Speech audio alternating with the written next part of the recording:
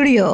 ఈ జూడియోకి వచ్చినప్పుడల్లా నాకైతే మీరు నా కోసమే కట్టించారేంట్రా బాబు అనిపిస్తుంది. ఎందుకంటే బయట ఎక్కడ దొరకని ప్రైస్ నాకు ఇక్కడ అంత తక్కువ ప్రైస్కే బెస్ట్ క్వాలిటీతో అయినా ఈ జూడియోలో నాకైతే దొరుకుతుందండి.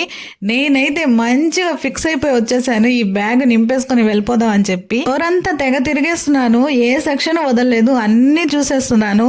బయట షాపింగ్ మాల్స్ లో ఆషాఢం సేల్ నడుస్తున్నట్టు ఈ జూడియో వాళ్ళు కూడా ఆషాఢం సేల్ పెట్టుంటే బాగుండేది. ఇంకా 4-5 డ్రెస్సులు కూడా వేసుకునేదాన్ని.